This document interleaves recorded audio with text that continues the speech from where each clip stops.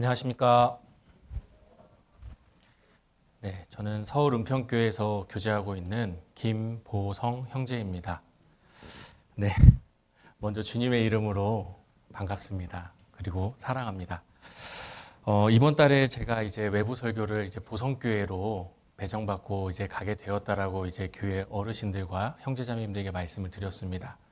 그러면 다른 때는 그냥 잘 다녀오시라고, 그리고 이제 그 지역에 대해서 잠깐 얘기를 해주셨는데, 이번에는 붙여서 꼭 하는 말이 한마디씩 있으시더라고요. 그게 뭐였냐면, 보성이가 보성 간다라는 얘기를 하셨습니다. 예, 오늘 이렇게 또 우리 보성교회로 왔는데요. 사실 제가 어린 시절 별명이 보성녹차였습니다. 많은 별명 중에 하나가 보성녹차였는데, 최근에 제가 학예수양회에서 초등부 때 분반을 했던 학생을 만났습니다. 그리고 그 학생이 이제 어엿한 성인이 돼서 자매로서 학예수양회를 참석했더라고요. 근데 그 자매를 보면서 너무 반가운 마음에 기억을 할까 못할까란 생각을 하며 인사를 먼저 건넸습니다. 혹시 기억하는지 해서. 근데 그 자매님이 바로 단번에 했던 얘기가 녹차 선생님이라고 얘기를 하면서 인사를 해줬습니다. 그 얘기를 들으니까 때로는 나의 별명이 듣기 안 좋다라고 생각할 수도 있지만 누군가에는 나를 기억할 수 있는 또 다른 이름이 될 수도 있겠구나, 그런 생각을 했습니다. 저도 사실 보성하면 녹차가 먼저 생각났습니다. 하지만 오늘 이렇게 보성교회 형제 자매님들을 뵙고 난 다음부터는 보성을 생각하면 우리 보성교회가 먼저 생각이 나고, 또 이 지역에서 복음을 위해 수고하시는 형제 자매님들을 위해 기억하고 기도하도록 하겠습니다. 함께 기도하겠습니다. 천지를 창조하시고 만유를 주관하시는 하늘에 계신 하나님 아버지, 감사드립니다. 먼저 죄악 가운데서 주님의 보혈의 피로 구원하여 주시고, 또 주님의 몸된 교회 가운데서, 교제 가운데서 신앙생활을 하며 저 천국에 산소망을 두고 살 수 있도록 인도하여 주심에 감사드립니다. 저희를 많은 사람 중에 구원받게 해주시고, 또 그 구원받게 해주심은 저희를 통해 주님께서 계획하시고 이루시고자 하신 뜻이 있는 줄을 알고 있습니다. 오늘 우리 사랑하는 보성교회 형제 자매님들과 함께 나누는 이 말씀 가운데 주님께서 각 개인에게 필요한 말씀을 주시고, 또 그 가운데 또 삶 가운데 주님의 인도하심을 맛보고 더욱 주님을 위해 사는 형제자매님들이 될 수 있도록 도와주시길 간절히 기도드립니다. 또 주님이 맡겨주신 복음을 전하는 일을 함에 있어 담임 목사님과 함께, 또 담임 목사님을 중심으로 보성교회가 더욱 하나 되고 주님이 주신 이 지역에서 이뤄진 영혼들에게 복음을 전하는데 전심전력할 수 있도록 도와주시길 기도합니다. 이 시간도 주님께서 함께하여 주시고 인도해 주실 것을 믿고 의지합니다. 이 모든 기도 우리를 사랑하시는 예수님 이름으로 기도드렸습니다. 아멘. 먼저 같이 성경 찾도록 하겠습니다. 이사야서 31장입니다. 이사야서 31장 1절로 3절 말씀입니다. 이사야서 31장 1절로 3절 말씀입니다.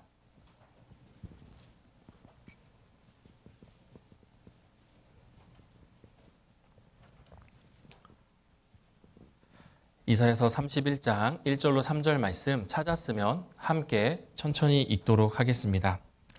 도움을 구하러 애굽으로 내려가는 자들은 화 있을진저, 그들은 말을 의뢰하며 병거의 많음과 마병의 심히 강함을 의지하고 이스라엘의 거룩하신 자를 앙모치 아니하며 여호와를 구하지 아니하거니와 여호와께서도 지혜로우신즉 재앙을 내리실 것이라. 그 말을 변치 아니하시고 일어나사 악행하는 자의 집을 치시며 행악을 돕는 자를 치시리니 애굽은 사람이요 신이 아니며 그 말들은 육체요 영이 아니라. 여호와께서 그 손을 드시면 돕는 자도 넘어지며 도움을 받는 자도 엎드러져서 다 함께 멸망하리라. 네. 우리가 방금 읽었던 이 이사야서 31장 1절로 3절 말씀은 남유다 민족에게 이사야 선지자가 전했던 말씀입니다. 먼저 하나님의 선민, 하나님이 택하신 민족 이스라엘은 이 성경 가운데 기록된 역사를 통해 우리 그리스도인들에게 신앙생활을 하는데 많은 유익을 주고 있습니다. 그들이 살았던 그 삶 가운데 어떠한 모습 가운데 하나님께 저주를 받았고 어떠한 모습 가운데 하나님의 축복을 받았는지 잘 나와 있습니다. 여기 나와 있는 남유다, 힘들고 어려운 상황 가운데서 무엇을 의지했는지, 어떻게 그렇게 되었는지, 그리고 하나님께서는 그 남유다를 어떻게 보셨는지 오늘 이 말씀을 통해 한번 상고해 보고자 합니다. 먼저 이 본문 말씀이 기록된 이사야서의 시대적 상황을 짧게 말씀드리겠습니다.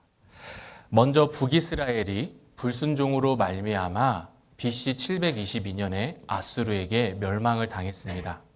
그리고 그 북이스라엘을 멸망시켰던 아수르가 이제는 남유다의 앞까지 찾아와서 위협하고 자칫 잘못하면 침략으로까지 이어질 수 있는 그런 상황에 놓인 시대였습니다. 그리고 북이스라엘과 같은 전철을 받고 있는 이 남유다 백성들에게 죄를 버리고 우상을 버리고 하나님에게로 돌아가야 된다라고 계속해서 이사야 선지자가 전하고 있는 그런 상황인 겁니다. 그런 상황 가운데 이 남유다의 백성과 왕은 그럼에도 불구하고 하나님을 다시 찾고 의지하지 않고 계속해서 애굽에게, 그때 당시 이 아수르란 나라를 대적할 만한 나라로 강대국인 애굽을 바라보고 그 애굽에게 의지하고 그리고 도움을 요청하는 그런 상황인 겁니다. 그러면 먼저 이 남유다가 무엇을 의지했는지를 한번 보도록 하겠습니다. 방금 읽었던 31장 1절 말씀을 제가 다시 한번 읽어드리겠습니다.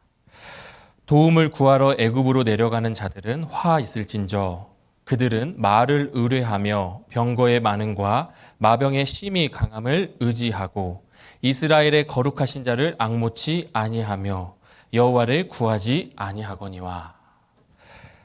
여기서 당시 남유다가 의지했던 것은 애굽으로부터 오는, 애굽에 갖고 있는 말과 병거와 마병을 의지하였습니다. 말과 병거의 많음과 마병의 심히 강함을 의지했다라고 얘기하고 있습니다. 그런데 잘 한번 생각해 보면 이때 당시 나라의 강함을 결정하는 그 군사력을 측정하는 도구에는, 그 요소에는 이 세 가지가 있었습니다. 바로 말과 병거와 마병이었습니다. 당연히 남유다 백성들이 봤을 때 아수르라는 강대국을 물리칠 수 있는 나라는 그만한 능력이 있는 애굽을 바라볼 수밖에 없었다라는 겁니다. 그런데 지금 우리가 살고 있는 이 세상에서도 나라의 국방력을 비교하는 요소가 크게 다를 바가 없습니다. 지금 우리 시대에도 국방비를 얼마나 많이 쓰고 있는지, 그 나라의 군인이 얼마나 많이 있는지, 그리고 최신식의 무기들은 얼마나 보유하고 있는지를 가지고 나라의 강함을 측정하고 있습니다. 물론 핵폭탄을 가지고 있는 나라들도 있습니다. 하지만 핵폭탄은 그 순위에 들어가지 않습니다. 왜냐? 핵폭탄을 쓰면 너도 죽고 나도 죽는, 모두가 죽는 자멸의 길이기 때문입니다. 그러하면 그러한 요소들을 가지고 지금 우리가 살고 있는 이 시대에는 어떻게 보고 있을까요? 항상 이렇게 세계적인 순위가 나오면 우리나라가 궁금합니다. 우리나라는 정말 몇 위 정도가 될까? 145개의 나라가 이 순위를 가지고 있다고 합니다. 그러면 전 세계 145개 나라가 전쟁을 치를 수 있는 능력이 있고, 또 그러면 우리나라 대한민국이 몇 위 정도 될까? 2024년 기준으로 우리나라는 5위입니다. 다들 이 이야기를 하면 많이 놀라십니다. 우리나라가 5위나 된다고? 그런데 사실 생각해보면 우리나라는 아직 전쟁이 끝나지 않은 나라죠. 휴전 중인 나라입니다. 그렇기 때문에 국방비를 많이 쏟고 군인들을 징집하고 그리고 많은 무기들을 개발하고 있습니다. 우리나라는 5위의 군사력을 갖고 있는 그래도 나름의 군사 강국입니다. 근데 여기서 한번 봤을 때 이 남유다 백성도 지금 우리 시대로 비교해서 본다면 이런 상황이었을 겁니다. 우리나라가 지금 마침 또 남유다와 북이스라엘과 남유다와 같이 남한과 북한으로 나눠져 있지 않습니까? 근데 북한이 중국의 침략을 받아서 멸망을 하고 이제는 그 침략했던 중국이란 나라가 우리나라 38도선까지 내려와서 우리나라까지 침략을 하려고 한다고 생각해 보십시오. 그러면 우리나라는 누구한테 도움을 구하고 우리나라는 누구에게 요청을 할까요? 동맹국인 또 강대국이라고 생각하는 미군에게 도움을 요청하고 의지하게 될 것입니다. 지금 이 남유다의 상황이 이러한 상황과 같은 거라는 겁니다.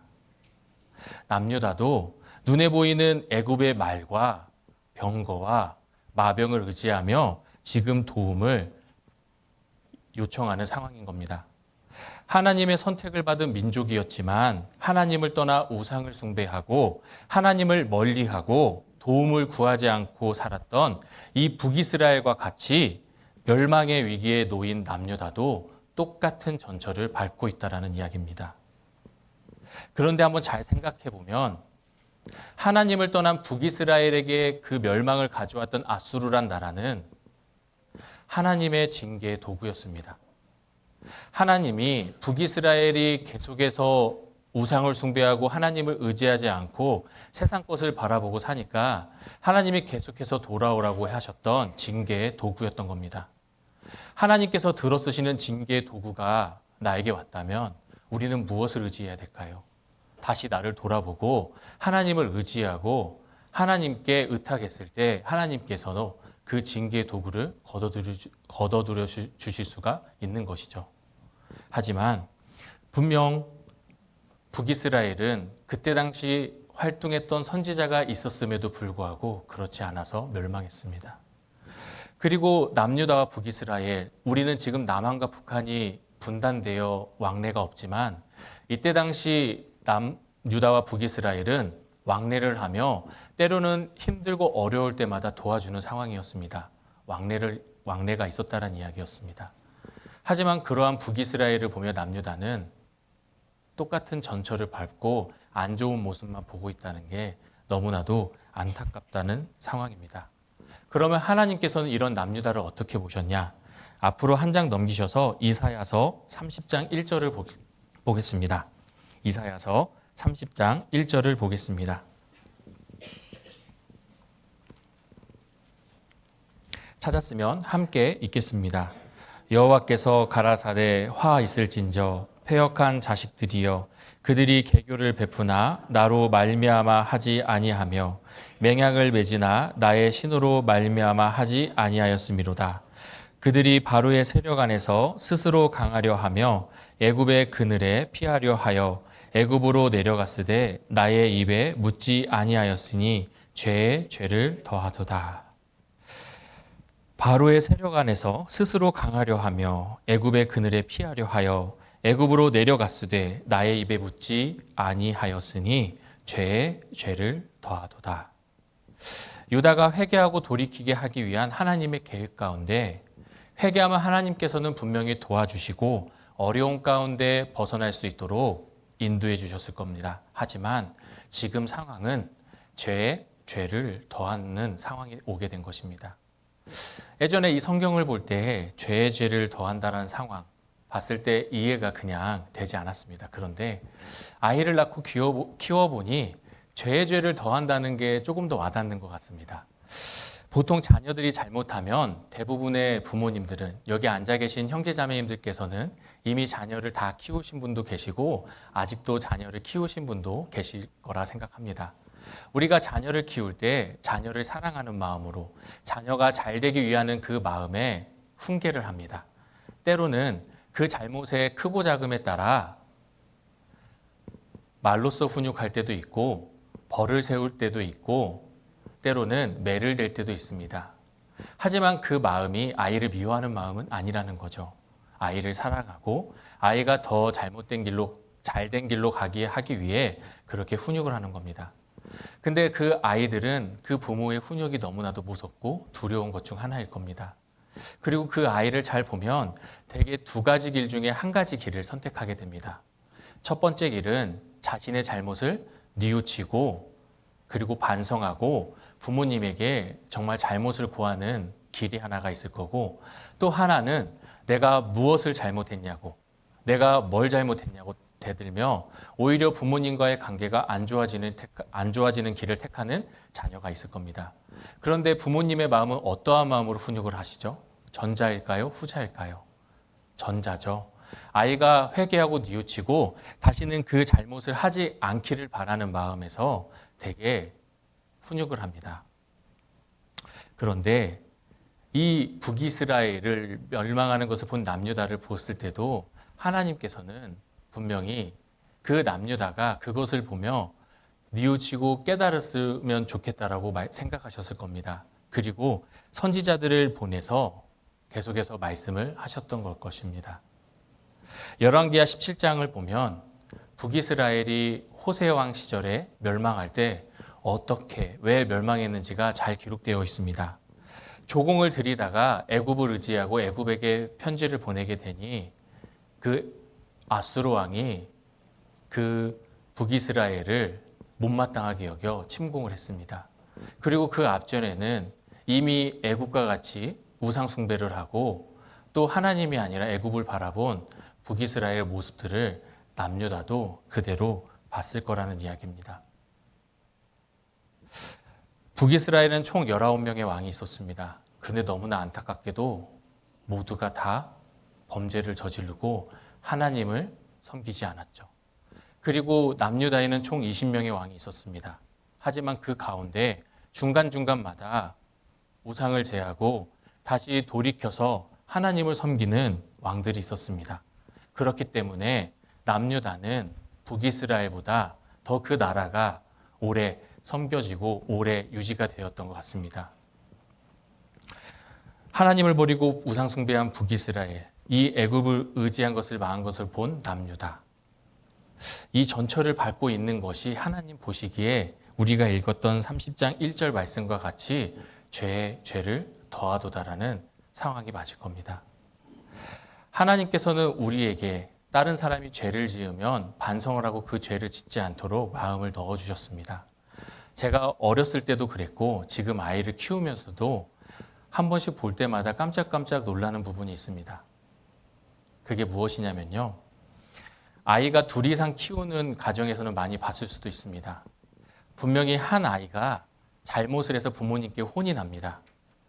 부모님께 혼이 나고 있으면 그 남아있는 자녀들은 그 혼이 나는 모습을 보며 어떻게 합니까?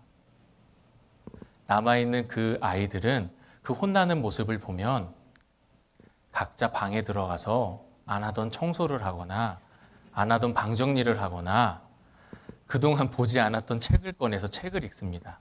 그게 어떠한 모습이죠? 지금 화가 난 부모님의 심기를 건드리지 않고 내가 최대한 부모님에게 있어서 잘된 모습, 잘하는 모습을 보여주고자 하는 마음인 거죠. 그런데 한번 보십시오. 한 아이가 혼나고 있는데 그 옆에 있는 아이가 이 혼나는 아이와 똑같은 잘못을 그 옆에서 동일하게 저지르고 있다고 한다면 그 부모님이 그 아이를 볼 때 그 마음이 어떻겠습니까? 처음 그 아이를 혼내는 마음보다 더 괘씸한 마음이 들지 않겠습니까? 어떻게 보면 부모를 무시한다라고 생각할 수도 있을 것 같습니다. 그 아이가 분명히 그 모델을 보고 혼나는 사람을 보고 반성을 하고 그렇게 하지 않아야 됨에도 불구하고 그렇게 잘못을 했다라고 하면은 오히려 부모님들은 더 그 아이에게 가중처벌을 할 겁니다.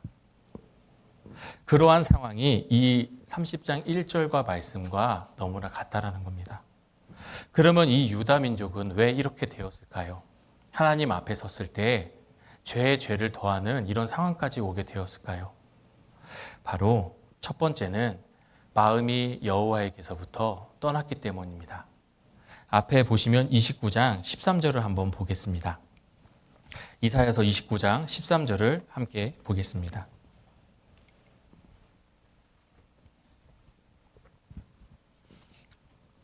찾았으면 함께 읽겠습니다.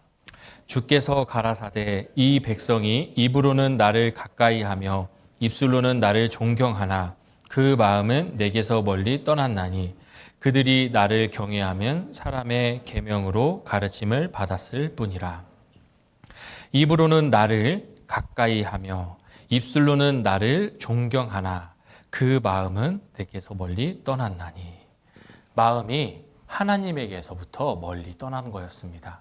그러니까 입으로는 가까이 하고 입술로는 존경한다라고 이야기를 하고 있는 겁니다. 우리도 한번 보십시오. 사랑한다, 사랑한다 이야기 우리가 살아가면서 참 많이 이야기를 합니다.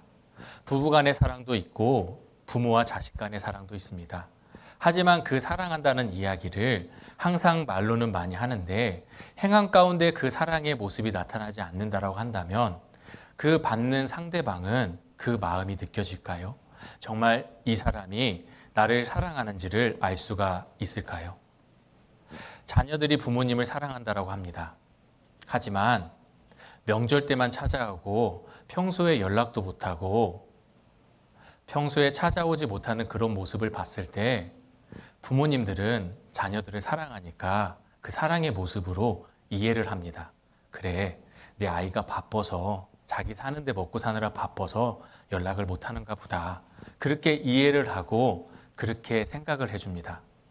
하지만 자녀의 입장에서는 부모님보다 내 살기에 급급하고 또 내가 키우고 있는 자녀들을 바라보며 때로는 내 부모를 잊을 때가 있는 것 같습니다. 그런데 그게 정말 그 마음이 있지만 표현을 하지 않는다라고 한다면 정말 지금 우리가 읽었던 이 말씀 같이 입으로는 나를 가까이 하며 입술로는 나를 존경하나 그 마음은 내게서 멀리 떠났나니. 우리도 그 마음이 떠난 것은 아닐까 생각해 봐야 된다는 겁니다. 하나님에게서도 우리가 하나님을 존경하고 경외한다라고 말을 합니다. 하지만 내 삶 가운데 하나님을 정말 경외하고 존경하는 마음으로 살고 있냐라는 겁니다. 내가 그냥 교제할 때, 간증할 때 하는 그 말뿐이 아니라 정말 내 삶 가운데, 내 모습 가운데서 하나님을 존경하고 하나님을 경외하는 모습을 살고 있냐라는 말입니다. 남유다 백성이 이렇게 생활했습니다. 먼저는 하나님에게서부터 마음이 떠났던 겁니다. 그리고 두 번째는 우리가 읽었던 30장 1절의 뒷부분을 다시 한번 보겠습니다. 30장 1절 뒷부분을 제가 읽어드리겠습니다. 그들이 바로의 세력 안에서 스스로 강하려 하며 애굽의 그늘에 피하려 하여 애굽으로 내려갔으되 나의 입에 묻지 아니하였으니 죄의 죄를 더하도다. 나의 입에 묻지 아니하였으니 하나님에게서 마음이 떠나니까 이제는 더 이상 하나님께 묻지 않는 겁니다. 하나님께 묻지 않고 애굽의 그늘에 피하려 내려갔다라는 겁니다. 하나님께 묻고 하나님을 의지했다라고 한다면 애굽에게 갔을까요? 아니죠. 다시 한번 남유다의 백성들을 돌아보고 우상을 버리고 죄를 버리고 하나님께로 돌아갔을 겁니다. 하지만 하나님께 묻지 않고 눈에 보이는 우리가 싸움에서 이길 수 있을 때 필요할 거라 생각하는 그 요소들을 바라보며 애굽을 의지하고 그 그늘에 피하려 내려갔다라는 겁니다. 여기서 말하는 이 개교, 앞에서 위에서 얘기하는 개교는 결정입니다. 근데 처음을 보면은 여호와께서 가라사대 화 있을진저 패역한 자식들이여 그들이 개교를 베푸나 나로 말미암아 하지 아니하며라고 이야기를 하고 있습니다. 여기서 말하는 패역한 자식들은 도리를 하지 않고 그 순리대로 살지 않는 사람들을 이야기합니다. 이스라엘 민족은 우리가 다 아는 바와 같이 하나님의 택하신 민족이고 하나님의 선택을 받은 민족입니다. 그러면 당연히 그 순리는 하나님께 항상 묻고 듣고 행하는 그런 민족이 돼야 되는 겁니다. 그런데 그렇게 살지 않으니까 하나님께서도 이 이스라엘 민족을 패역한 자식들이라고 이야기하는 겁니다. 그리고 그 계교를 베푸나 계획을 세우고 뜻을 세우는 것은 있으나 그 뜻과 계획이 하나님께 묻지 않고 하나님을 통해서 말미암지 않았다라는 것을 얘기하는 겁니다. 마음이 떠나고 하나님께 묻지 않는 그런 삶을 살게 된 것입니다. 그리고 세 번째는 어떻게 되었을까요? 세 번째는 여호와의 법을 듣지 않았습니다. 한 장 뒤로 넘기시면 30장 9절로 11절을 보겠습니다. 30장 9절로 11절을 보겠습니다. 9절과 10절은 같이 읽고 11절은 제가 읽겠습니다. 9절과 10절은 함께 읽고 11절은 제가 읽겠습니다. 대저 이는 패역한 백성이요 거짓말하는 자식이요 여호와의 법을 듣기 싫어하는 자식이라.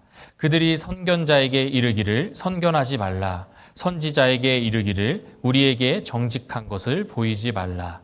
부드러운 말을 하라. 거짓된 것을 보이라. 너희는 정로를 버리며 첩경에서 돌이키라. 이스라엘의 거룩하신 자로 우리 앞에서 떠나시게 하라 하는도다.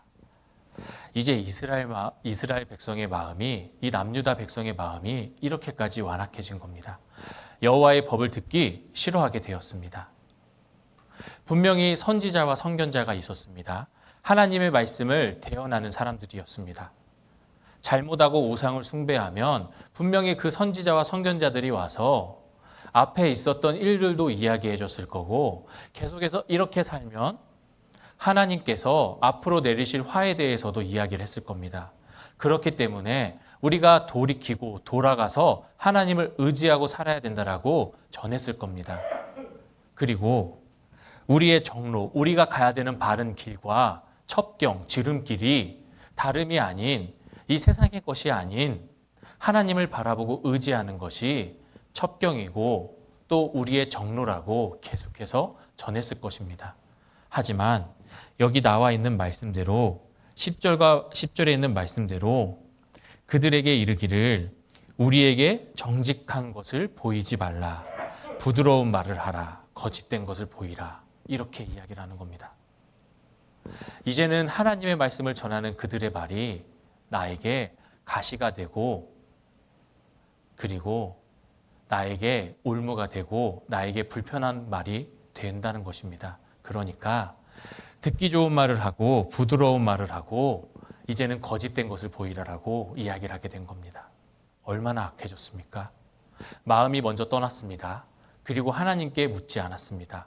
그리고 이제는 다시 돌이키라는 그 선지자들의, 선견자들의 말을 듣지 않고 싫어하고 오히려 우리 귀에 듣기 좋은, 우리 삶에 행하기 좋은 말들을 하라고 이야기하고 있다는 겁니다.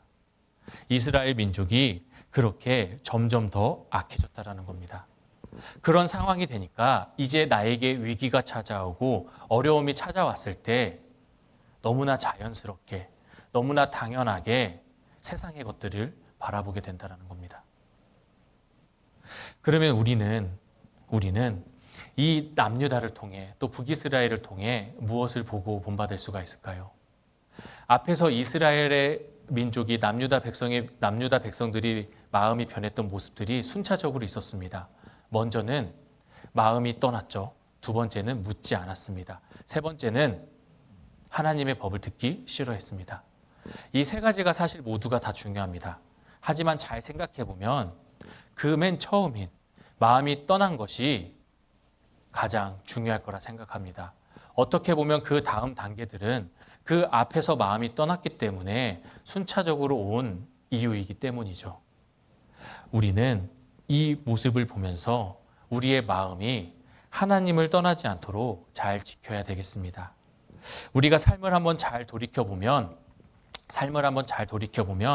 그동안 침체되고 침륜에 빠졌던 그러한 것들이 잘 생각해보면 그 무엇도 아닌 내 신앙 가운데, 내 삶 가운데 하나님에게서 마음이 멀어진 거였다라고 생각해 볼 수 있을 겁니다. 하나님에게서 마음이 멀어지고 교제 가운데서 마음이 멀어졌을 때 나는 너무나 자연스럽게 내 신앙이 침체되고 침륜에 빠졌다라는 것을 알 수가 있습니다. 죄로 인해 멀어지든 내 육신의 유익을 위해 멀어지든 하나님에게서부터 마음이 멀어지고 떠난 상태가 되었을 때 우리는 남유다 백성과 같은 길을 가고 있다는 겁니다. 하나님에게서 마음이 떠나고 뜻을 묻지 않고 법을 듣기 싫어하는 모습이 되어 하나님을 의지하지 못하는 그리스도인이 아니라 우리는 마음을 잘 지켜서 하나님을 의지하고 하나님을 묻고 하나님의 뜻대로 행하는 그런 그리스도인이 되어야 된다는 겁니다. 같이 잠언을 찾겠습니다. 잠언 4장을 찾겠습니다.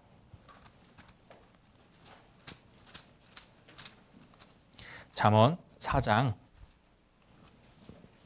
23절을 보겠습니다. 잠언 4장 23절을 함께 보겠습니다. 잠언 4장 23절 찾았으면 함께 읽겠습니다.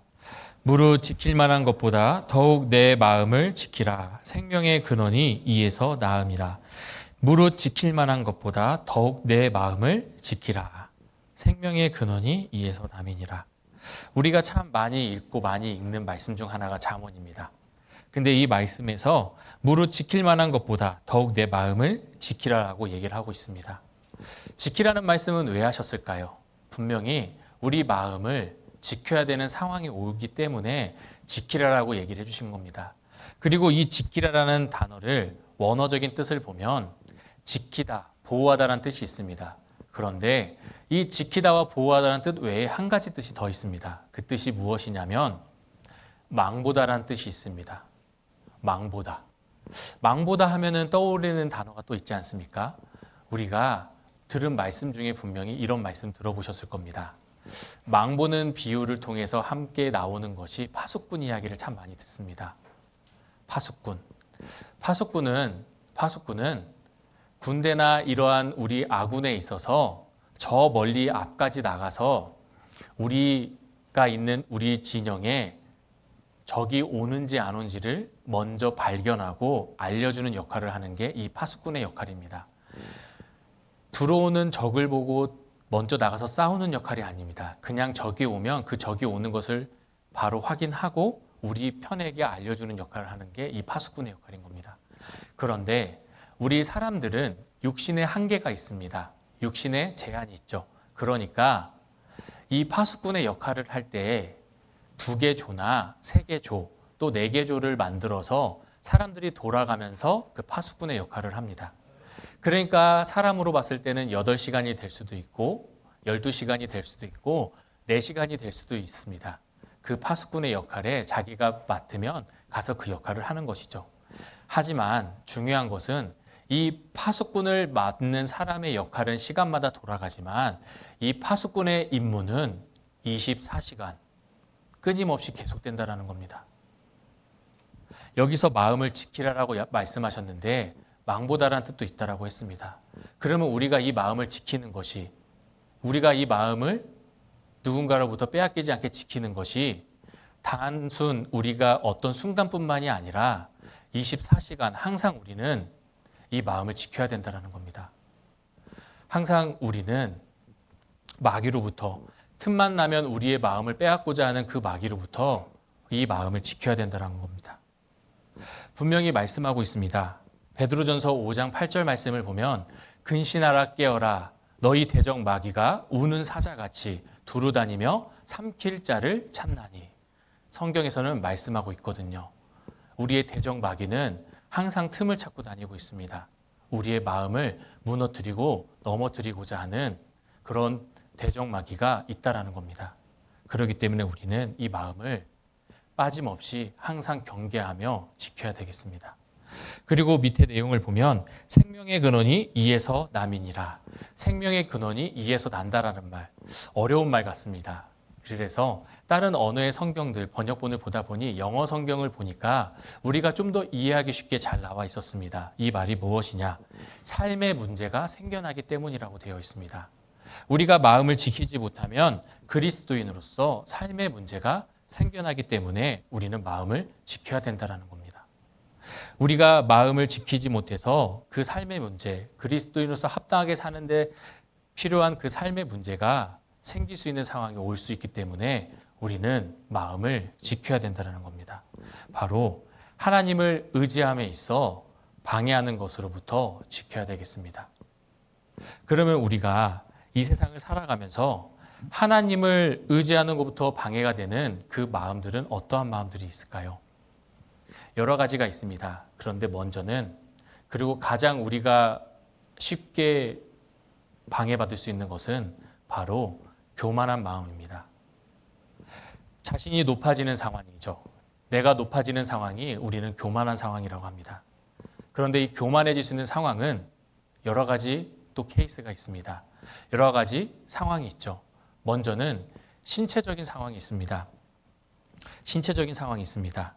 외모나 외형적인 것들로 우리가 형제님, 자매님들을 볼 때 때로는 판단을 할 때가 있습니다.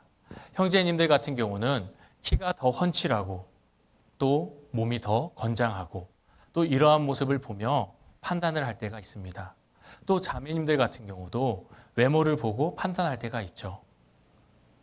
우리가 이 외모적인 것, 신체적인 것을 보면은 판단을 할 수 있기 때문에 그런 부분들을 우리는 항상 주의하고 생각해야 된다는 겁니다. 우리가 성경 강연할 때 보는 사진 중에, 증거 자료 중에 이스라엘을 비유할 때 보는 그림 기억나십니까? 스모 선수와 어린아이의 사진 기억나십니까? 우리가 그림만 봤을 때는 그 어린아이를 보고 바로 판단하죠. 어떻게 어린아이가 스모 선수와 싸워서 이길 수 있을까? 하지만 그 어린아이와 같은 이스라엘 백성이 강대국들을 무너뜨리는 것을 보면서 우리는 알 수 있었습니다. 우리의 삶 가운데도 외모를 보는 것보단 그 사람의 마음과 그 사람과 교제를 통해 신앙을 더 한층 바라봐야 된다는 겁니다. 혹시 나태주 시인 아십니까? 나태주 시인의 풀꽃이라는 시가 있습니다. 예전에 카페를 갔는데 그 글귀가, 그 시가 있었는데 너무나 마음에 와닿아서 한쪽에 사진을 찍어 적어두었습니다. 그 시가 이러한 시입니다. 자세히 보아야 이쁘다. 오래 보아야 사랑스럽다. 너도 그렇다. 어떻습니까? 우리는 사람이기 때문에, 육신을 갖고 있기 때문에 외모를 보는 사람입니다. 하지만 우리가 외모를 보고 먼저 판단하고 내 자신을 높이기보다는 그 사람을 더 오래 보고 그 사람의 신앙을 보고 그 사람의 생활을 바라보면서 우리가 형제 자매로서 더 그분을 섬기고 함께 교제하며 유익을 나눌 수 있다는 겁니다. 나의 그런 교만한 마음이 들어왔을 때 우리는 판단을 하게 되어 있습니다. 우리가 신체적인 거에서 그렇게 생각하면 안 된다는 겁니다. 또 두 번째는 지적인 능력이 있습니다. 우리가 대화를 하면요, 내가 아는 분야에 대해서 이야기를 할 때 어떻죠? 참 말을 많이 합니다. 대화를 할 때 내가 알고 있는 분야를 얘기할 때 내가 알고 있는 부분에 대해 대화가 진행되고 있으면 나도 모르게 말을 많이 하게 됩니다. 하지만 내가 모르는 이야기를 하고 있을 때는 어떻죠? 말을 아끼게 되죠. 하지 않습니다. 예전에 이러한 상황이 있었습니다. 형제님들과 함께 교제를 함에 있어서 어떻게 하다가 이제 전자제품에 대한 이야기가 나와서 얘기를 즐겁게 나눴습니다. 요즘 시대가 참 마지막 시대와 가깝다. 그리고 요즘 시대가 참 마지막 적그리스도가 다스리기 좋은 시대인 것 같다. 이 기술들의 발전이. 그런 얘기를 나눈 적이 있습니다. 그런데 저는 개인적으로 이제 그런 부분을 좋아하다 보니까 뉴스도 많이 찾아보고 아는 부분을 많이 공부해서 대화를 열심히 주도를 했습니다. 그런데 나중에 시간이 지나고 봤더니 제가 전했던 그 지식이 잘못된 것이었습니다. 이게 지금은 바뀌어서 새로운 지식으로 바뀌었더라고요. 그러니까 그걸 보고 나니까 갑자기 지난 일임에도 불구하고 쥐구멍에 들어가고 싶은 마음이 들었습니다. 내가 그때 차라리 말을 하지 않고 가만히 있었더라면, 그냥 형제님들 교제할 때 그냥 들었더라면 내가 지금 이런 상황은 오지 않았을 텐데, 그러면서 떠오르는 말이 있었습니다. 정말 우리의 옛 선조들은 남겨놓은 그런 말들이 정말 훌륭한 것 같습니다. 가만히 있으면 중간이라도 간다. 그때 제가 가만히 있었으면 이런 후회를 하는 일이 없었을 텐데, 우리가 분명히 알고 있는 것들이 많이 있습니다. 농사를 지으며 그리고 내가 알고 있는 봉사를 하며, 하지만 그 상황 가운데 분명히 주님께서는 손해보시지 않고 이끌어 가신다는 겁니다. 분명 내 생각과 맞지 않다라고 해서, 내 생각과 다르다라고 해서 내 생각을 관철시키고 그 생각을 주입하는 것이 아니라 그 가운데 같이 교제와 선으로서 이루어 나간다면 분명히 주님께서는 손해보지 않으신다는 겁니다. 그리고 또 우리가 또 성경 강연에 보면 우리가 지금까지 배웠던 지식과 지혜들은 불변하지 않습니다. 완전한 것이 없다라는 겁니다. 제가 어린 시절 태양이 도는 것을 배울 때는 태양은 가만히 있고 그 주변에 나머지 행성들이 돌고 있다라고 배웠습니다. 그런데 우리가 요즘 배우고 있는 성경 강연에서 보는 지구가 도는 것은 공전은 어떻게 되고 있죠? 태양 주위에 행성들이 돌고 있지만 이 가만히 있는 태양조차도 가만히 있는 것이 아니라 특별한 또 별을 통해서 돌고 있다는 것을 보여주고 계시죠. 사람들이 계속해서 연구하고 지혜가 발전한 만큼 이 지식은 바뀔 수 있다는 겁니다. 우리가 배우고 있는 성경은 어떻죠? 예나 지금이나 변함이 없습니다. 3,500년 전에 쓰여진 이 성경은 예수님 시대에 사역했던 사도들이 봤던 성경이나 그리고 또 100년 전에 읽었던 그리스도인이 봤던 성경이나 또 지금 우리가 보고 있는 이 성경이나 변함이 없다라는 겁니다. 불변의 진리는 이 성경밖에는 없다라는 겁니다.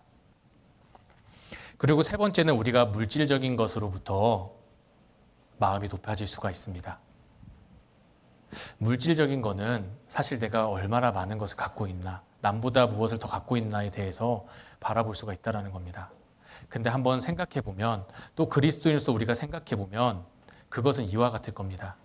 자녀가 있습니다. 3명의 자녀가 있는데 첫째에게는 10,000원이란 용돈을 주고, 둘째에게는 5,000원이란 용돈을 주고, 셋째에게는 1,000원이란 용돈을 줍니다. 그러면 셋째인 그 아이는 그 1,000원이란 용돈을 받으면 어떤 마음이 들죠? 불만이 생길 겁니다. 왜 언니는, 왜 오빠는, 왜 형은 10,000원을 주고 난 1,000원만 주냐? 그런데 그 돈을 주는 부모님의 입장에서는 분명히 그 아이의 상황에, 나이에 맞춰서 씀씀이를 보고 써야 되는 필요한 곳을 생각해서 분명히 그 용돈을 주었다라는 겁니다. 우리가 가진 물질도 마찬가지입니다. 하나님께서는 나에게 필요한 만큼, 내가 필요해서 쓸 수 있는 만큼을 보시고 주었다라는 겁니다. 그것이 하나님께 원망이 되고 하나님께 불만이 되어서는 안 된다라는 겁니다. 내가 갖고 있는 것들도 다 주님께서 나에 맞춰서 주셨다라는 겁니다.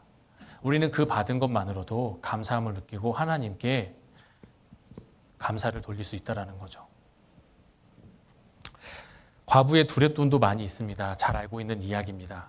그 과부도 두렙돈, 적은 돈이지만 자신의 온전히 자신의 것을 드릴 수 있었던 것이 하나님에 대한 감사한 마음이 있었기 때문이었습니다. 우리도 적고 많음이 크고 중요한 게 아니라 우리의 마음이 중요하다는 겁니다. 그리고 우리가 이 상황 가운데, 이 세상을 살아가면서 주변의 시선과 상황 가운데 우리의 마음을 지키지 못할 때가 있습니다. 이사야 31장 3절로 다시 한번 돌아가 보겠습니다. 이사야 31장 3절로 다시 한번 돌아가 보겠습니다.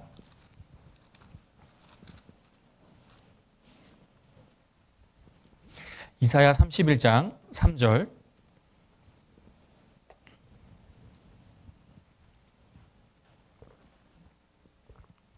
찾았으면 함께 읽겠습니다. 애굽은 사람이요 신이 아니며 그 말들은 육체요 영이 아니라 여호와께서 그 손을 드시면 돕는 자도 넘어지며 도움을 받는 자도 엎드러져서 다 함께 멸망하리라. 이 세상에 있는 것들을 바랄 때, 그리고 또 주변의 시선과 상황을 볼 때 우리는 마음을 못 지킬 때가 있습니다. 우리의 마음이 무너질 때가 있다라는 거죠. 애굽은 사람의 시선에서는 강대한 나라였습니다. 아수르로부터 구원해주고 보호해줄 피난처로 보였습니다.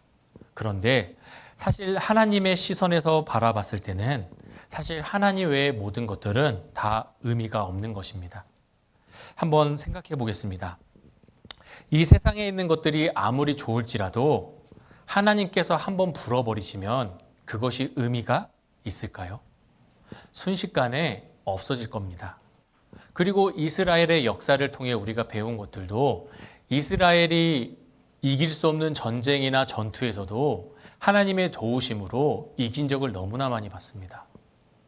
독립하고 있었던 전쟁들도 마찬가지였고, 이스라엘 민족이 살았던 그 시대에도 블레셋과 싸울 때, 아말렉과 싸울 때 하나님께서는 이길 수 없는, 사람의 생각으로 이길 수 없는 상황 가운데서도 이길 수 있도록 도와주셨다는 겁니다.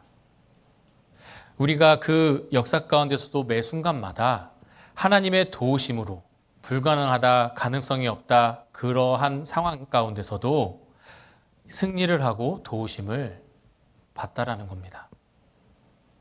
하나님의 것과 세상의 것, 한번 생각을 또 한번 해보겠습니다. 하나님은 한 분이시잖아요. 유일하신 분입니다. 그래서 하나님을 숫자 1이라고 생각해 보겠습니다.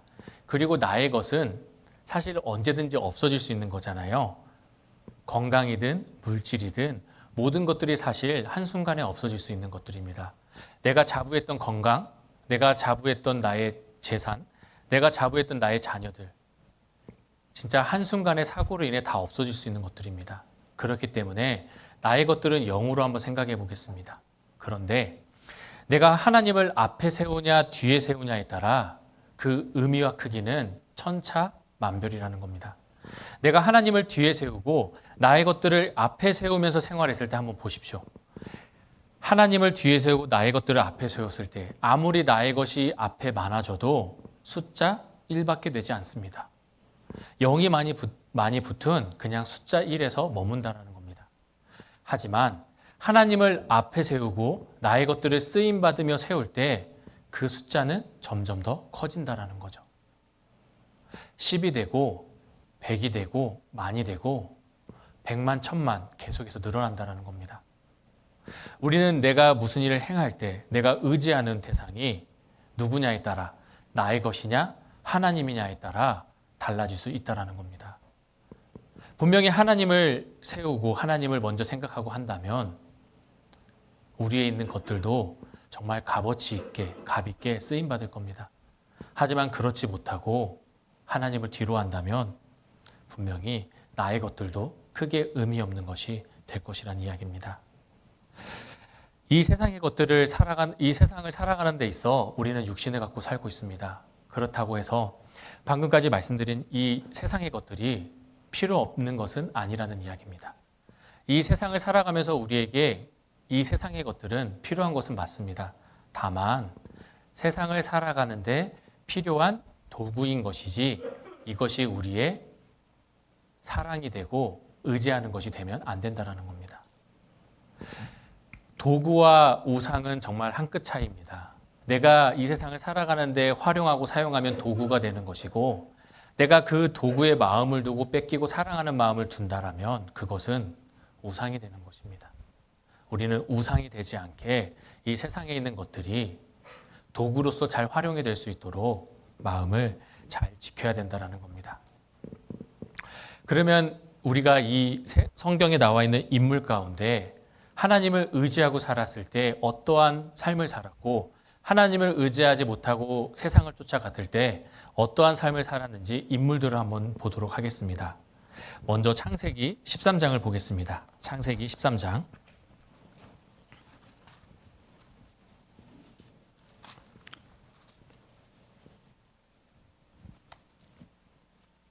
창세기 13장 5절로 6절 말씀입니다. 창세기 13장 5절로 6절 말씀입니다. 찾았으면 함께 읽겠습니다. 아브람의 일행 롯도 양과 소와 장막이 있으므로 그 땅이 그들의 동거함을 용납지 못하였으니 곧 그들의 소유가 많아서 동거할 수 없었음이라. 먼저 첫 번째 세상을 따라간 사람 롯에 대해서 이야기하고자 합니다. 롯의 시작은 너무나 멋졌습니다. 하나님 말씀을 쫓아 하나님이 주시고자 한 땅인 가나안 땅으로 가는 아브라함을 따라 동행했던 조카였습니다. 그런데 한번 보면 하나님을 따라 이동하는 그 아브라함과 동행하는 롯이 우리가 방금 읽었던 말씀과 같이 아브라함을 동행하면서 소유가 재산이 많아졌습니다. 잘 생각해 보면 축복을 받은 거였습니다. 왜냐하면 하나님의 말씀을 따라 사는 그 아브라함 하나님께서 복을 주신다라고 했거든요. 그리고 또 그 하나님과 함께하는 아브라함 곁에서 동행하는 롯도 그 동행 가운데 하나님을 보고 느끼고 알았을 겁니다. 그리고 하나님께서 그 옆에 있는 롯에게도 복을 주셨거든요. 재물들이 많이 늘어났습니다. 가축들이 많이 늘어났습니다. 그런데 이제는 그 가축들이 너무 많아져서 아브라함과 롯의 그 가축을 기르는 목자들이 싸우게 되었습니다. 그러니까 아브라함이 불러서 이제 이야기를 하는 겁니다. 아브라함이 롯에게 이르되 내 목자나 서로 다투게 하지 말자. 내 앞에 온 땅이 있지 아니하냐? 나를 떠나라. 내가 좌하면 나는 우하고 내가 우하면 나는 좌하리라. 이제는 재산이 많아지니까 서로 갈라서 자라고 얘기를 했습니다. 그런데 롯은 나의 복이 어디로부터 오는지를 잊었던 것 같습니다. 이 이야기를 들었을 때 바로 롯은 눈을 들어 세상을 바라봤습니다. 눈을 들어 요단들을 바라본 즉 소알까지 그 온 땅의 물이 넉넉한 것을 바라보았습니다. 그런데 이 롯이 세상을 보고 갔을 때 어떻게 됐죠? 더 그 재산이 풍요로워지고 더 잘 살게 되었나요? 그렇지 않았습니다. 롯은 우리가 아는 결과와 같이 망했죠. 망한 삶을 살았습니다. 아브라함 곁에 내가 내 재물을 조금 손해보더라도 아브라함 곁에서 끝까지 동행을 했다라면 분명히 롯은 성경에서 아브라함과 함께 계속 기록되었을 것이고 그 끝이 정말 아름답게 끝났을 것 같습니다. 하지만 이 선택의 기로에 놓였을 때 하나님과 함께하는 아브라함을 선택한 게 아니라 세상을 바라봤다라는 겁니다.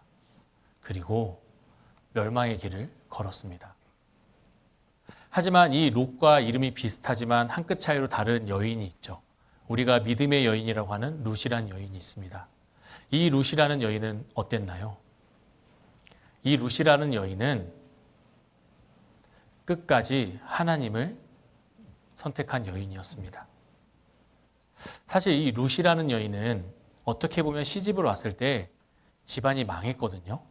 잘 생각해 보면 시아버지가 죽었죠. 그리고 시아주버님이 죽었습니다.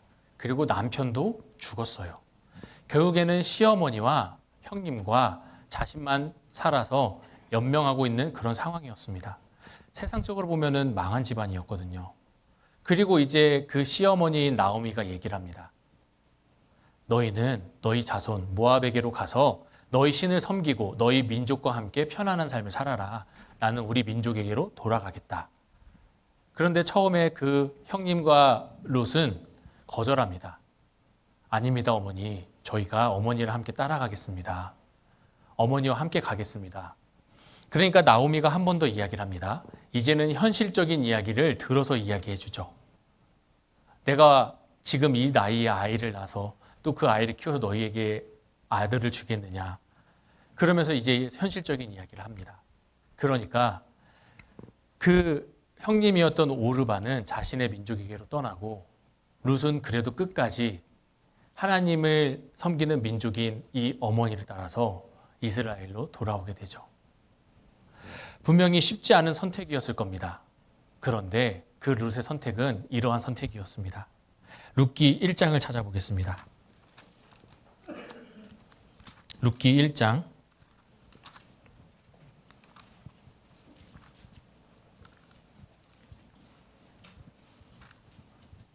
16절로 18절 말씀입니다. 룻기 1장 16절로 18절 말씀입니다. 찾았으면 같이 읽겠습니다. 룻이 가로되 나로 어머니를 떠나며 어머니를 따르지 말고 돌아가라. 강권하지 마옵소서. 어머니께서 가시는 곳에 나도 가고 어머니께서 유숙하시는 곳에서 나도 유숙하겠나이다. 어머니의 백성이 나의 백성이 되고 어머니의 하나님이 나의 하나님이 되시리니 어머니께서 죽으시는 곳에서 나도 죽어 거기 장사될 것이라. 만일 내가 죽는 일 외에 어머니와 떠나면 여호와께서 내게 벌을 내리시고 더 내리시기를 원하나이다. 나오미가 룻의 자기와 함께 가기로 굳게 결심함을 보고 그에게 말하기를 그치니라. 룻이 이러한 마음이었습니다. 어머니의 하나님을 보고 갔다라는 겁니다. 분명히 이 모압 여인이라면 그 형님인 오르바와 같이 자신의 민족에게로 돌아가서 생활하는 편이 훨씬 더 자신의 삶 가운데 편하고 좋았을 것입니다. 한번 보세요. 우리나라에서도 예전에 미군들이 있을 때 그 미군들과 결혼하신 여자분들이 많이 있었습니다. 그런데 그 미군들이 다시 돌아갈 때 물론 이제 망한 사례는 아니지만 그 미국 땅으로 간다는 것이 얼마나 두렵고 쉽지 않은 선택이었겠습니까? 그런데 지금 상황은 아무도 없고 그 시어머니와 함께 이스라엘이라는 나라로 다시 돌아가야 되는 그 상황 가운데 이 룻은 자신의 나라도 버리고 자신의 신들도 버리고 어떻게 보면 가족도 버리고 하나님을 택했다라는 겁니다. 그리고 하나님을 섬기는 나오미와 함께 돌아갔죠. 그래서 어떻게 되었습니까? 보아스를 만나고 결혼을 하게 됐습니다. 유업을 잇고 자손을 남기게 되었죠. 룻이라는 여자가 받은 은혜와 축복은 너무나 큰 겁니다. 성경에도 황권이라는 권을 기록하고 있고, 그리고 다윗의 조상이 되었죠. 다윗 왕의 조상이 되었습니다. 그리고 더 넓게 보면은 육신의 조상이지만 예수님의 조상도 되었다라는 거예요.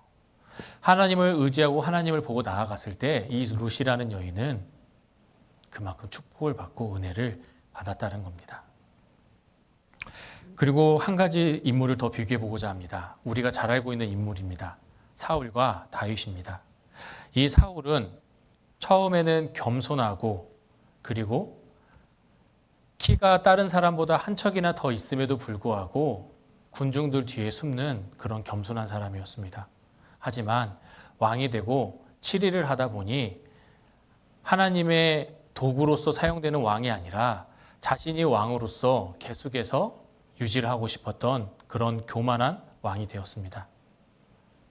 블레셋과의 전투에서 돌아올 때 그 이스라엘 여인들이 노래하는 그 노래가 사울의 귀에 들렸습니다. 다윗은 만만이요 사울은 천천히라. 만약에 사울이 그 영광을 하나님께 온전히 돌렸다라고 한다면 그 말이 거슬리는 말이 되었을까요? 그렇지 않았을 겁니다. 어쨌든 간에 이 전투를 싸워서 이길 수 있도록 인도해 주신 분은 하나님이고, 그냥 나는 도구로서, 나와 다윗은 도구로서 쓰임받은 건데 하나님께 조금 더 쓰임받고 하나님께 조금 덜 쓰임받고 그렇게 생각을 했다라고 한다면 사울은 그 노랫소리가 하나님을 찬양하는 노랫소리로 그냥 끝났을 겁니다. 하지만 마음에 교만한 마음이 들어오고 하나님보다는 나를 더 앞서야 된다는 교만한 마음이 있으니 그 노랫소리가 거슬렸던 겁니다. 그리고 나서 그 삶을 어떻게 살까요? 그 후의 삶은 허송세월하며 살게 되죠. 시간을 낭비하며 삽니다. 다윗을 쫓다가 말았거든요. 그리고 나중에 전쟁 가운데 목숨을 잃게 되는 상황이 왔습니다. 그리고 하나님께 받았던 그 왕의 위치가 베냐민 지파에서 다윗 지파로 넘어가게 되죠. 우리가 이것을 봤을 때 이 사울 왕은 분명히 하나님을 의지했다라면 그렇게 하지 않았을 거라는 겁니다. 그런데 반대로 우리가 쫓김만을 받았던 다윗을 한번 보도록 하겠습니다.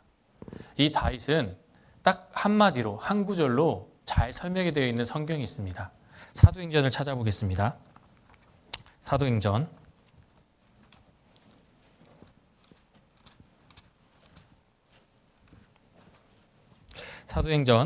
13장 22절입니다.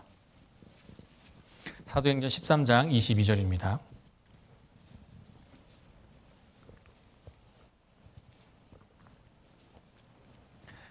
찾았으면 함께 읽겠습니다. 패하시고 다윗을 왕으로 세우시고 증거하여 가라사대 내가 이새의 아들 다윗을 만나니 내 마음에 합한 사람이라 내 뜻을 다 이루게 하리라 하시더니 내 마음에 합한 사람이라 내 뜻을 다 이루게 하리라 하시더니 우리가 너무나도 잘 알고 있는 이 다윗이라는 인물은 하나님 마음에 합한 사람이었습니다. 그런데 이 다윗의 삶 가운데 많은 사건들을 통해 한번 보면은 정말 어떠한 사람이었는지를 잘 알 수가 있습니다. 근데 그 중에서도 두 가지 사건을 통해서 왜 다윗이란 사람이 하나님 마음에 합하다였는지 우리는 생각해 볼 수가 있습니다. 먼저 첫 번째 사건은 사무엘상에 나와 있는 다윗이 사울 왕을 살려준 사건입니다. 다윗이 사울 왕을 두 번 살려줬습니다. 한 번은 엔게디 황무지의 굴 속에서 살려줬고요. 또 한 번은 10 황무지의 장막 속에서 살려주었습니다. 그런데 그 굴 속에서 살려주었을 때 한번 우리가 잘 생각해 보면 그때 당시 상황이 너무나도 다윗에게 유리한 상황이었습니다. 다윗과 그의 용사들이 그 굴 속에 들어가 숨어 있을 때 사울이 용변을 보려고 그 굴 속에 들어왔거든요. 근데 용변을 볼 때 혼자 들어갑니까? 같이 들어갑니까? 혼자 들어가죠. 혼자 들어왔습니다. 그 사울을 옆에서 호위하는 그 호위 병사, 호위 군사들을 다 놓고 혼자 그 굴 속에 들어왔던 겁니다. 근데 그 안쪽 깊숙이는 다윗과 그 용사들이 그것을 보았죠. 그리고 심지어 그 다윗의 용사들은 다윗에게 이렇게 얘기합니다. 왕이시여, 하나님이 주신 기회입니다. 지금 이 사윗을 죽이시고 왕이 될 수 있는 기회입니다. 하나님이 주신 기회라고 이야기를 하며 그 기회를 붙잡아야 된다라고 이야기를 합니다. 다윗도 그 이야기를 듣고 실제로 칼을 빼서 사울에게 다가갑니다. 근데 사울에게 다가가서 그냥 그 옷자락만 베고 말죠. 사울의 몸에 손을 대지 않았습니다. 그리고 나서 사울의 용변을 보고 나간 다음에 이제 다윗과 그 용사들이 그 굴 속에서 나와 그 옷자락을 보여주며 이야기하죠. 왕이시여, 내가 왕을 해할 수도 있었지만 해하지 않았습니다. 왕은 저를 미워하고 저를 쫓지만 저는 왕을 해하지 않았습니다.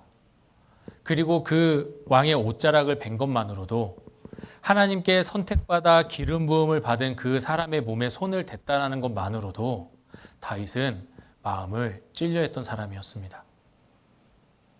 처음에 그 이야기를 들었을 때는 정말 하나님의 생각인가? 라고 생각했을 수도 있습니다. 하지만 다윗은 하나님의 진정한 말씀이 무엇인지, 하나님의 마음이 무엇인지를 알았던 사람이었습니다. 그러니까 그 사울을 죽일 수 있는 두 번째 상황 가운데서도 그 장막 안에서 잠을 자고 있는 사울을 보면서도 다윗은 그 용사들의 말에 휘둘리지 않았더란 겁니다. 두 번째 상황이 왔습니다. 그 장막 가운데 사울이 잠을 자고 있었습니다. 또 용사들이 이야기를 합니다. 왕이시여, 지금이라도 명하시면 제가 이 창으로 사울을 꿰뚫어 단번에 죽이겠습니다. 분명히 두 번이나 같은 상황이었어요. 사울을 죽일 수 있는. 만약에 저였으면 두 번째 상황 가운데서는 고민을 더 많이 했을 것 같습니다. 정말 하나님께서 나에게도 기름을 부어주셨는데 나도 택함을 받은 왕인데 지금 이 사울이 죽으면 나는 바로 왕으로 갈 수가 있는데 정말 하나님께서 나를 통해 사용하시는 일일까? 생각할 수 있었을 것 같아요. 그런데 다윗은 하나님을 정확히 알고 있었습니다. 그렇기 때문에 이 사울왕의 몸에 대는 것이 아니라 그냥 물두멍과 창만 가지고 나왔죠. 이번에는 몸에 손도 대지 않았다라는 이야기입니다. 우리가 이 다윗을 보면서 그럼 다윗은 어떠한 마음으로 하나님을 의지했나? 사무엘상에 잘 나와 있습니다. 사무엘상을 보겠습니다. 사무엘상 24장 15절입니다.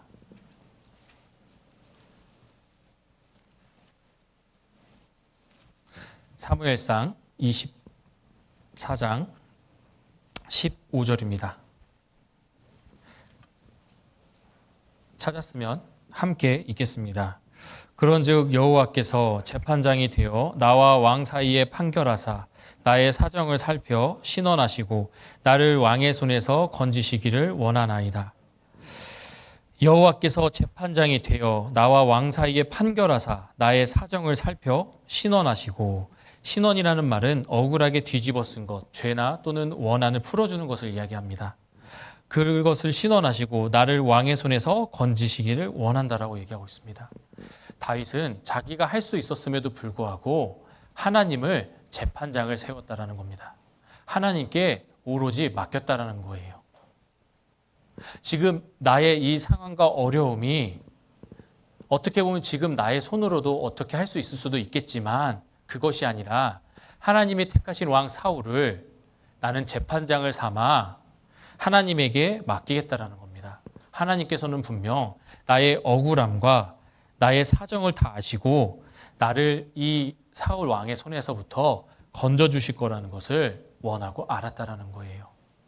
그러니까 다윗은 이 사울을 봤을 때 자신의 손으로 해하지 않고 하나님께 맡길 수 있었다라는 겁니다. 그리고 두 번째 사건은 사울과 요나단이 죽었을 때 이 다윗의 마음이 잘 나와 있습니다. 한번 생각해 보겠습니다. 나를 정말 힘들게 했던 사람이, 나를 정말 괴롭혔던 사람이 정말 1년, 2년이 아니라 여러 해를 나를 괴롭혔던 사람이 잘못되었다는 이야기나 죽었다라는 이야기를 들었을 때 우리는 어떠할까요? 그리스도인이니까 그 영혼의 불쌍함을 보고 기뻐하진 않을 것 같습니다. 하지만 마음 한편에 아쉬움도 있겠지만 마음 한편에는 또 속 시원한 마음도 없다라고 하면 거짓말일 것 같습니다. 그런데 여러 해를 이렇게 다윗을 쫓았던 사울이 죽었을 때 다윗은 기뻐하지 않았습니다. 오히려 옷을 찢고 슬피 울며 애도했다라고 되어 있습니다. 사무엘하를 한번 찾아보겠습니다. 사무엘하 몇 장 뒤로 넘기시면 바로 사무엘하 1장 11절로 12절을 보겠습니다. 사무엘하 1장 11절로 12절입니다. 제가 읽어드리겠습니다. 사무엘하 1장 11절로 12절 제가 읽어드리겠습니다. 이에 다윗이 자기 옷을 잡아 찢음에 함께 있는 모든 사람도 그리하고 사울과 그 아들 요나단과 여호와의 백성과 이스라엘 족속이 칼의 죽음을 인하여 저녁 때까지 슬퍼하며 울며 금식하니라. 슬퍼하며 울며 금식하고 또 그 옷을 찢고 애도했다라고 되어 있습니다. 근데 다윗이 정말 이때 슬퍼했던 이유는 하나님이 택하신 왕이었던 사울의 죽음이, 물론 사랑했던 그의 형제와도 같았던 요나단과 그 백성들이 죽음에도 분명히 있었을 겁니다. 하지만 하나님이 택한 그 사람이 그 블레셋 사람의 손에 죽었다는 이야기를 들었을 때 너무나 안타까워하고 가슴 아파했다라는 겁니다. 이 다윗은 자신의 원수가 죽었을 때도 그 원수를 보며 슬피 울며 또 애도해하는 마음을 가진 사람이었던 겁니다. 그리고 이제 사울이 죽었습니다. 그의 아들 요나단도 죽었어요. 이제는 기름 부음을 받은 다윗이 사실 예루살렘으로 가서 입성을 해도 되는 상황입니다. 그런데 다윗은 어떻게 했죠? 자신의 생각대로 하지 않았습니다. 하나님께 물었습니다. 2장 1절을 한번 보겠습니다. 2장 1절, 사무엘하 2장 1절 제가 읽어드리겠습니다. 그 후에 다윗이 여호와께 물어 가로되 내가 유다 한 성으로 올라가리이까? 여호와께서 가라사대 올라가라. 다윗이 가로되 어디로 가리이까? 가라사대 헤브론으로 갈지니라. 분명히 이제 왕이 죽어서 다윗이 올라가서 다시 한번 기름 부음을 받고 왕이 되면 됩니다. 하지만 자신의 생각대로 행한 것이 아니라 하나님께 물었다라는 거예요. 누가 봐도 예루살렘으로 올라가도 이상할 리 없는 모습이었습니다. 하지만 다윗은 하나님께 물었습니다. 그런데 하나님께서는 헤브론으로 가라 하셨습니다. 헤브론으로 가라고 하셨고 다윗은 그대로 행했죠. 왜 예루살렘이 아니라 헤브론으로 가야 됩니까? 라고 묻지 않았습니다. 그대로 행했습니다.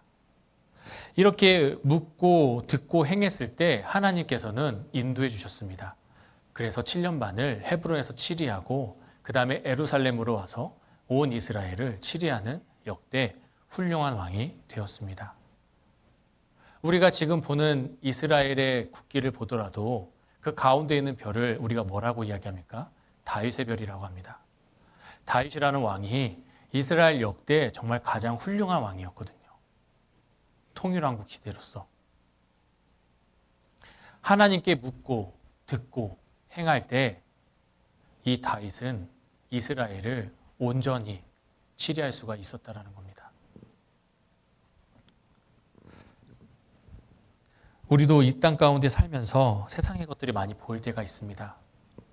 남유다와 같은 모습으로 행할 때가 참 많이 있습니다. 하지만 중요한 것은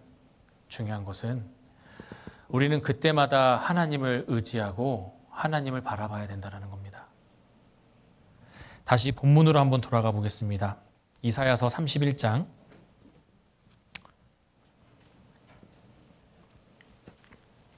4절부터 6절까지입니다. 이사야서 31장 4절부터 6절까지 같이 읽겠습니다. 여호와께서 이같이 내게 이르시되 큰 사자나 젊은 사자가 그 식물을 움키고 으르렁거릴 때에 그것을 치려고 여러 목자가 불려왔다 할지라도 그것이 그들의 소리로 인하여 놀라지 아니할 것이요 그들의 떠들물 인하여 굴복지 아니할 것이라. 이와 같이 나 만군의 여호와가 강림하여 시온산과 그 영 위에서 싸울 것이며 새가 날개치며 그 새끼를 보호함 같이 나 만군의 여호와가 예루살렘을 보호할 것이라. 그것을 호위하며 건지며 넘어와서 구원하리라 하셨나니 이스라엘 자손들아 너희는 심히 거역하던 자에게로 돌아오라. 심히 거역하던 자에게로 돌아오라. 하나님께서는 돌아오면 대신해서 싸워주시고 보호해주시고 그리고 호위해주시고 구원해주신다라고 얘기했습니다. 우리가 비록 살면서 세상을 바라보고 세상을 의지할 때가 있습니다. 하지만 그거를 의지했다라는 게 중요한 것이 아니라 더 중요한 것은 하나님께서는 돌아오기를 바라고 있다라는 겁니다. 다시 우리는 하나님을 의지하고 하나님께로 향해서 가야 된다라는 것이 더 중요한 것이라는 겁니다. 마지막으로 잠언을 찾도록 하겠습니다. 잠언 3장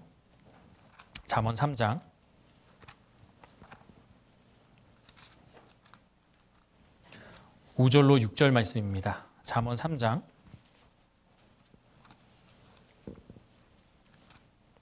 5절로 6절 말씀입니다. 찾았으면 함께 읽겠습니다. 너는 마음을 다하여 여호와를 의뢰하고 내 명철을 의지하지 말라. 너는 범사의 그를 인정하라. 그리하면 내 길을 지도하시리라. 너는 마음을 다하여 하나님 여호와를 의지하고 의뢰하고 내 명철, 내 생각을 의지하지 말라. 그리하면 범사의 그를 인정하면 그리하면 내 길을 지도하시리라. 인도해 주신다라고 얘기하고 계신 겁니다. 우리 보성교회 형제 자매님들께서도 앞으로 있는 이제 추계 수양회가 있고 또 보니까 11월 달에 대집회가 있는 걸로 봤습니다. 11월 달 대집회 때 또 많은 영혼들이 이 말씀 가운데로 나와 복음 말씀을 듣고 구원받는 또 귀한 그런 시간을 또 그런 역사를 맛봤으면 좋겠습니다. 함께 기도하고 마치도록 하겠습니다.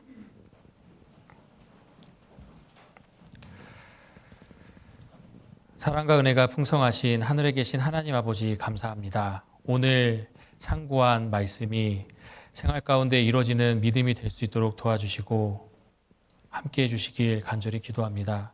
또 비록 함께하나 함께하지 못한 형제 자매님들 어디에 계시든지 이 교제를 잊지 않고 말씀을 사모하는 마음으로 또 있는 그 자리에서 그리스도인으로서 합당한 삶을 살 수 있도록 도와주시고 인도하여 주시길 기도합니다. 9월 27일부터 계획되어 있는 추계 수양회를 통해 또 많은 영혼들이 말씀 앞에 나와 말씀을 듣고 또 구원받는 귀한 시간이 될 수 있도록 도와주시고 보이지 않는 곳에서 봉사하시고 전도하시는 형제 자매님들의 그 손길마다 힘을 주시고 능력으로 붙들어 주셔서 즐겁고 기쁜 마음으로 봉사하고 전도할 수 있게 도와주시길 기도합니다. 또 말씀 전하시고 상담하시는 전도인들의 그 입술과 또 건강도 지켜주시길 기도합니다. 또 오늘 이렇게 함께 교제 나눈 우리 사랑하는 보성교회 형제 자매님들도 이 지역에서 더욱 합심하여 주님의 사랑으로 교제하는 교회가 되고 맡겨진 지역에서 이뤄진 영혼들에게 복음을 전하는 교회가 되길 간절히 기도합니다. 이후에 있을 모든 일들도 주님께 맡깁니다. 함께 해주시고 인도하여 주옵소서. 이 모든 기도 우리를 사랑하시는 예수님 이름으로 기도드렸습니다. 아멘.